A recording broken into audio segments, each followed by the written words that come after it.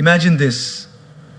You're walking peacefully, sipping your chai, enjoying a good day, and then someone comes, says something rude, and your whole mood crashes. Just one sentence, just one look, and suddenly you're burning inside. But pause for a second. What if I told you the most powerful response is not a reaction, but a redirection? Friends, in life, people will hurt you. That's not a maybe, it's a certainty.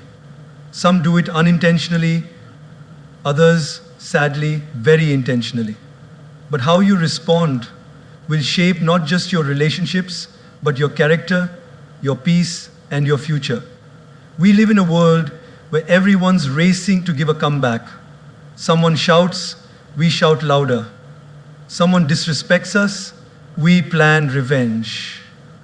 But the truth is, when someone hurts you, don't react instantly. Just do this. Pause, breathe, and respond consciously. Let me share a little story. A monk once asked his teacher, "How do I know when I've truly grown in wisdom?" The teacher smiled and said, "When someone insults you and you don't feel the need to prove them wrong." Wow, that hit me. Because isn't that what maturity really is? It's not about how sharp your tongue is. It's about how still your heart remains when chaos surrounds you. Life will give you many opportunities to react. But the wise ones, they learn to respond. So next time someone hurts you, before you react, take a pause, breathe, observe, and choose your response. You're not just preserving your peace, you're building your power. Let them throw words, you throw wisdom. Let them bring chaos, you bring calm. Let them try to shake you, you stand still like a mountain. Because when you master your reaction, you master your life. In a world where everything moves fast, messages flying in, tweets flying out, we've gotten used to instant responses. Someone criticizes us, we reply in seconds. Someone hurts our feelings, we send that angry message back. It's like life has become a tennis match. You hit, I hit back harder. But in this rush to react, we often forget to reflect. Think about this. Have you ever sent a text in anger only to regret it 5 minutes later? Or shouted at someone during a fight and felt guilty for days? That's the cost of reacting. Reaction is immediate.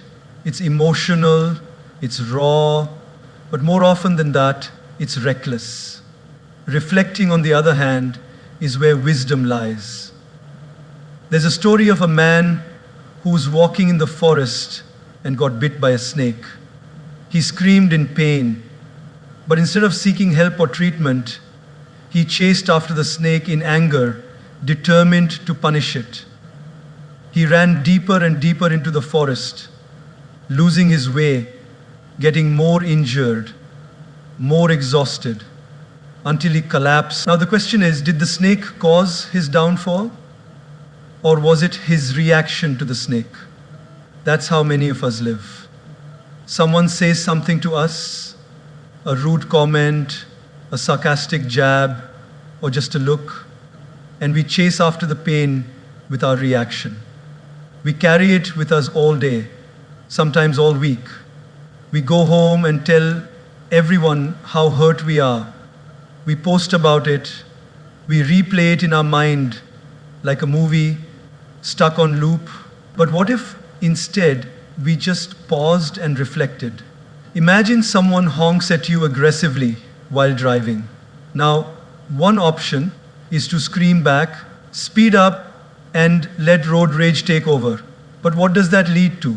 Stress, anxiety, maybe even a dangerous accident. But another option is to smile softly, take a deep breath, and think, maybe they're having a bad day, maybe they're rushing to a hospital, Maybe they just lost their job. You don't know their story, but you know yours. And your story is too precious to be ruined by a moment of someone else's instability. Reflection gives you space to see beyond the moment. It allows you to observe your emotions without becoming a prisoner of them. It's like the difference between a spark and a wildfire. The spark is the moment someone says something hurtful. But the wildfire, that's what you create when you pour your reaction onto it. Gaur Gopal Das often reminds us our emotions are like guests. They come and go. But if we react immediately, we become permanent hosts to temporary visitors. When we reflect, we let those emotions pass without giving them the keys to our peace. Let's take a real-life example. Suppose you're at work. You've worked hard on a project for weeks. You finally present it in a meeting.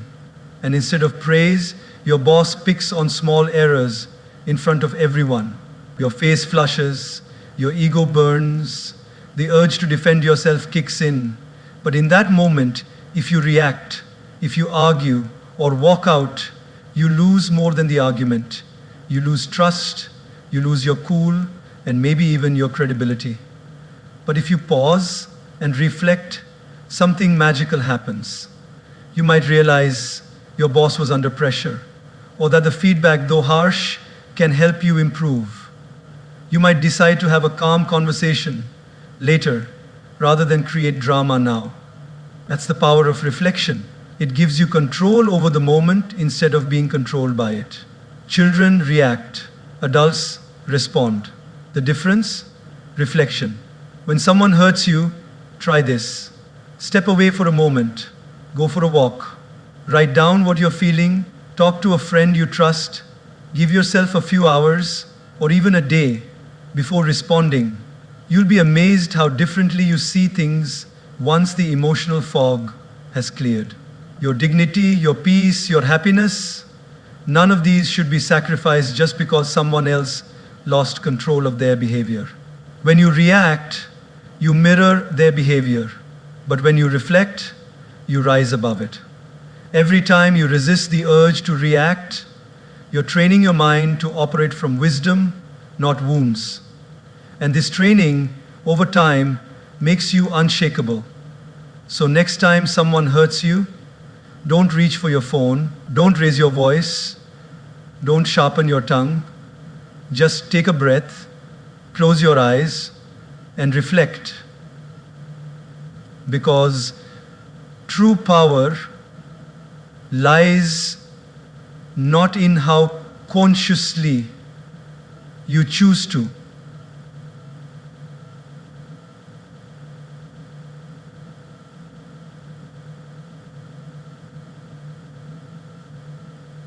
don't raise your voice, don't sharpen your tongue, just take a breath, close your eyes, and reflect. Because true power lies not in how quickly you react to everything, but in how you first take a deep breath. There is a simple wisdom in something we all do every second of our life: breathe. Yet, in moments of stress, anger, or hurt, we forget to do just that. We forget to breathe before we speak. And because of that, we often say things we don't mean, act in ways we later regret, and damage relationships that matter to us. Think about this for a moment. How many times in life have you said something in the heat of the moment, only to wish you could take it back a few minutes later? Maybe you were tired, maybe someone pushed your buttons, or maybe you were just having a rough day. But the words came out sharp, impulsive, and raw. And just like that, they hurt someone you care about. That's the power of words, spoken without breathing, without thinking.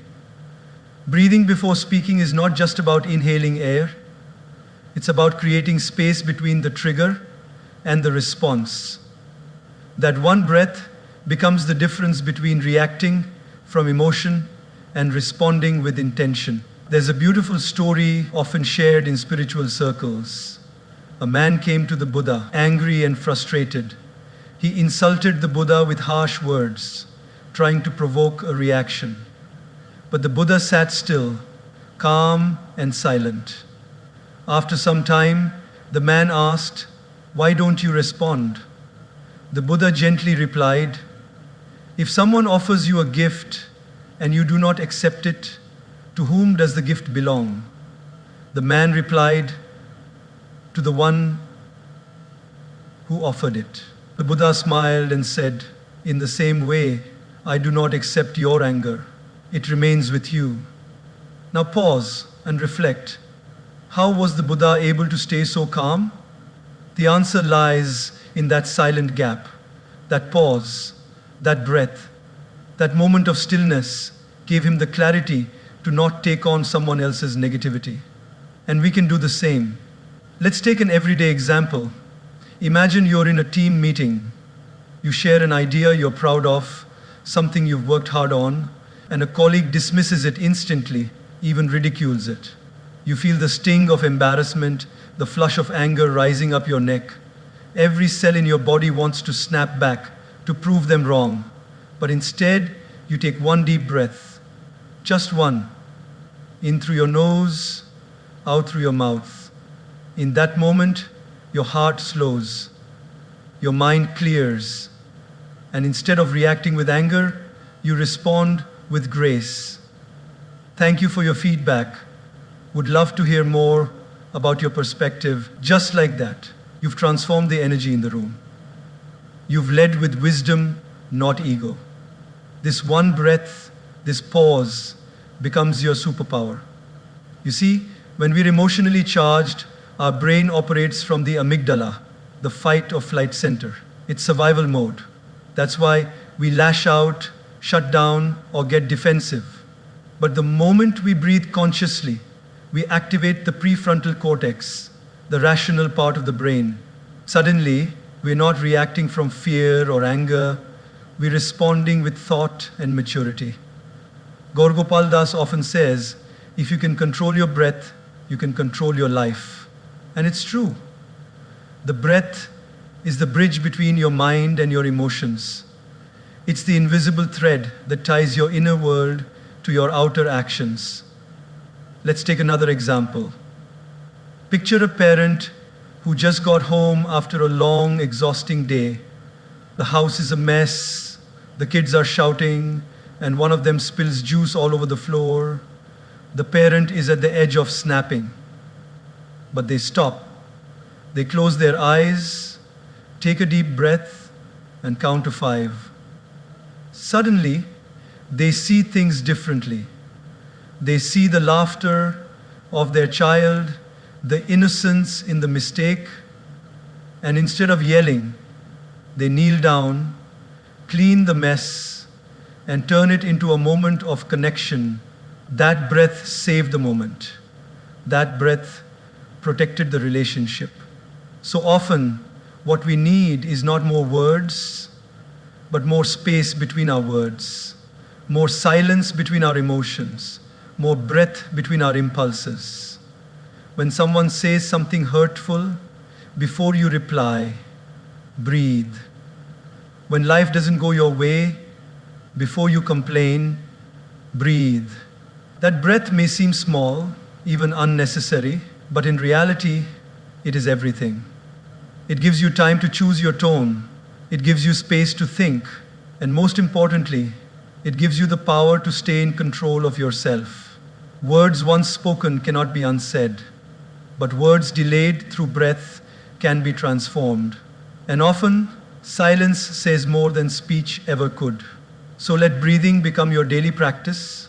Before that meeting, take a breath. Before that tough conversation, take a breath. Before hitting send on that angry text, pause and breathe. You'll be amazed how much peace and power you find in just a few seconds of stillness. Because those who master their breath, master their emotions, And those who master their emotions master their lives. It's one of those statements that sounds simple but holds a deep, transformative truth. Hurt people hurt people. It means that those who inflict pain are often the ones who are silently bleeding inside. When someone lashes out at you, mocks you, ignores you, betrays you, or treats you unfairly, it's natural to take it personally. It's human to feel offended.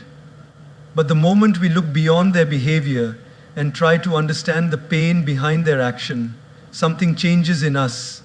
Our heart softens. Our reaction transforms into reflection, and instead of returning pain with more pain, we begin to respond with compassion. Picture this. You walk into a bakery, smile at the cashier, and cheerfully say, "Good morning," but she just glares at you and grumbles, "What do you want?" For a second, your pride kicks in. How rude! Who does she think she is? But then you pause. You wonder, maybe she's going through something. Perhaps she woke up to bad news. Maybe she's struggling financially. Maybe her child is unwell, or she had a fight with someone she loves. You don't know her story, but suddenly your story doesn't have to be affected by hers. So you smile and say, "Rough morning," and you see her eyes soften. That one moment of understanding changed the energy completely. This is what happens when we realize that people often project what they're going through. Many times we walk around wearing invisible wounds. A child who grows up unloved may become a teenager who bullies others in school. A man who has been betrayed may find it hard to trust. A woman who was constantly criticized might speak harshly, not out of strength, but fear. What seems like arrogance, rudeness, or coldness is often a mask for someone who has been hurt deeply and doesn't know how to deal with it. There's a touching story about a man who always seemed bitter. He was the kind who never smiled, never spoke kindly, and always found something to complain about. People avoided him. One day, a new neighbor moved in, a woman full of positivity and warmth. Instead of reacting to his bitterness, she began greeting him every day with kindness. She would say good morning, share small gifts like fruits or flowers, and always smiled no matter how grumpy he looked. Weeks passed. Slowly, the man started changing. One day, he finally said, "No one's ever been this kind to me without expecting anything. Thank you." Later, she discovered he had lost his wife and son in a tragic accident and had been living in silent grief ever since. His rudeness wasn't really about the world, it was about his own pain. Now, apply this to your own life. Maybe there's a colleague who constantly criticizes you, a friend who suddenly distance themselves, a family member who often finds faults in everything you do. Instead of letting their pain turn into your pain, step back and ask, what might they be going through? That question opens a door in your heart